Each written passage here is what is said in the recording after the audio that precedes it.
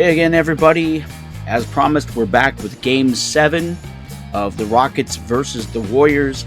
As you can see, these are the previous results in the series. This has been one heck of a series. It's been very entertaining for me. We're going the distance here. Gotta love that. And I mean, my hat's off to both GMs of these two teams. These are two great teams. And unfortunately, somebody has to bow out and end their season.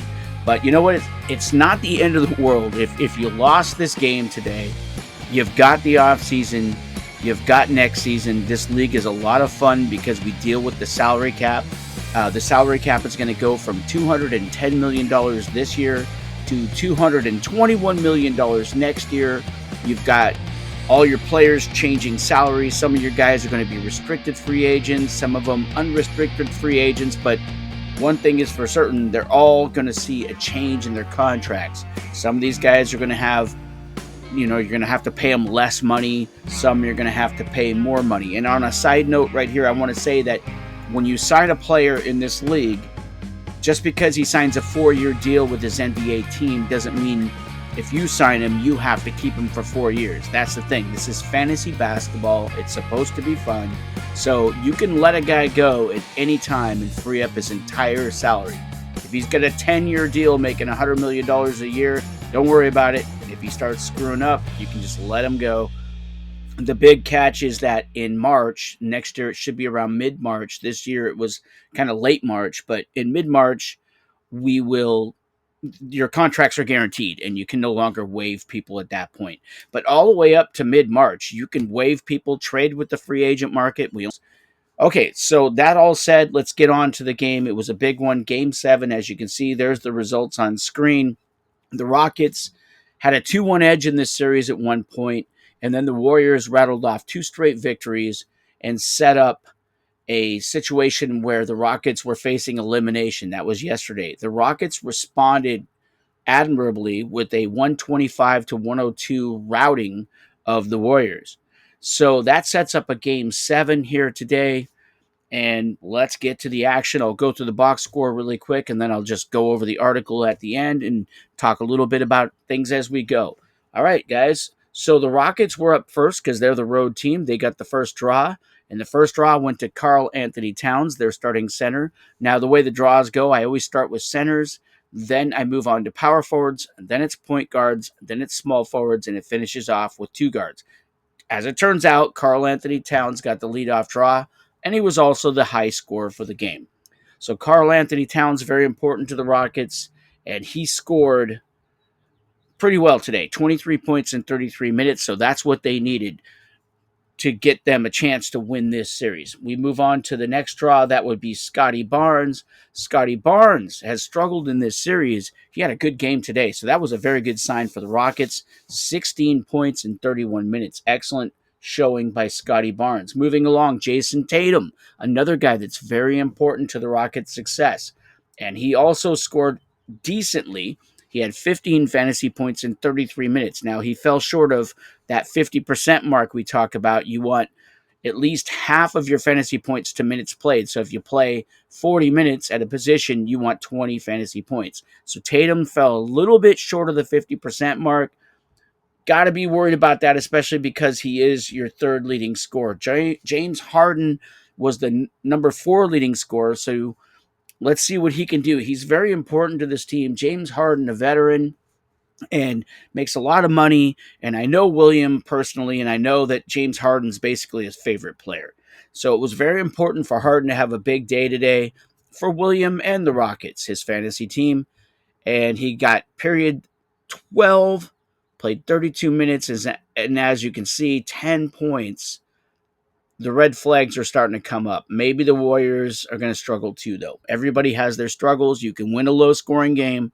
So that kind of hurts the Rockets' chances. TJ McConnell, the backup point guard, decent game, 7 points, 15 minutes. He played for the Warriors earlier in the season, and they let him go. So it would really break the Warriors' hearts if TJ McConnell was able to maybe, sting them in this series. Moving on to Jalen Smith, not starting power forward, but backup power forward for the Rockets. 6 points, 15 minutes.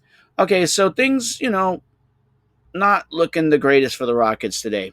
They had those great performances by Towns, Barnes, Tatum then started to struggle. Harden really struggled, so not too pretty there. The Rockets, as it turns out, scored 102 points in this game.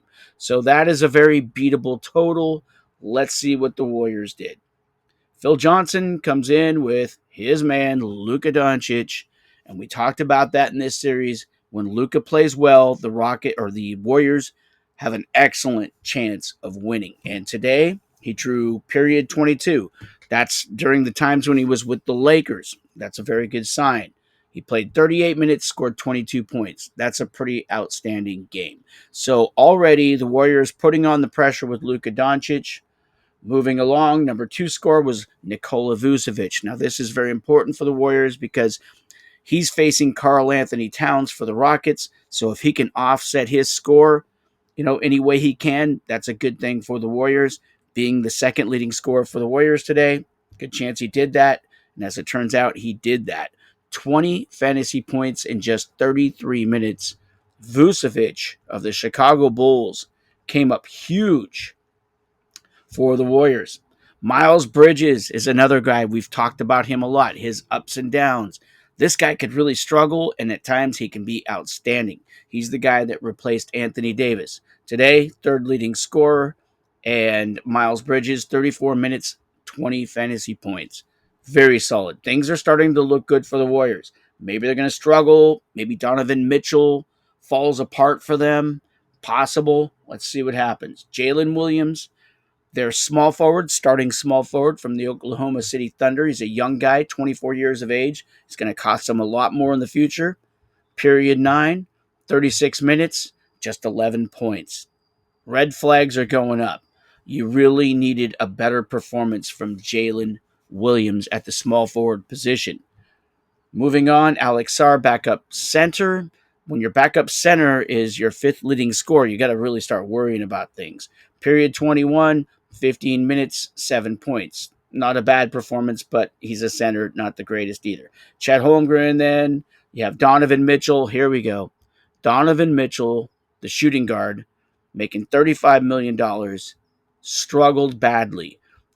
Period 12, he's way down here in the box score. So how bad was it? 33 minutes for Donovan Mitchell, 6 fantasy points. That's a game destroyer right there. That's real trouble. Real trouble. Fortunately for the Warriors, James Harden also struggled. Maybe they can survive this. Moving along, Kobe White, their backup shooting guard. He got period 5 for his draw. 15 minutes played, about 6 fantasy points. The grand total, though, 109 points for the Warriors. So here it is. You can see it on screen. The Warriors pull out the win over the Rockets, 109 to 102. Great game, great series. But anyways, that was the final today. The Warriors avoid an elimination game here. They avoid an upset. They beat the Rockets 109-102. Hats off to William. He does have a little bit of work to do in the offseason. I think that they have to address the backcourt, especially point guard. Russell Westbrook just didn't get it done, on a consistent basis. He was good at times, but then he struggled at others. And I feel like if this team had a better point guard, they could have won this series. But really quickly, let's just brush over the article. Again, Luka and the Warriors avoid first round upset. Victory over Rockets in Game 7 sets up second round challenge versus the Pistons. The Warriors of the NBA Retro League managed to avoid a shocking first-round exit by defeating the underdog Rockets in a hard-fought Game 7 with a final score of 109 to 102.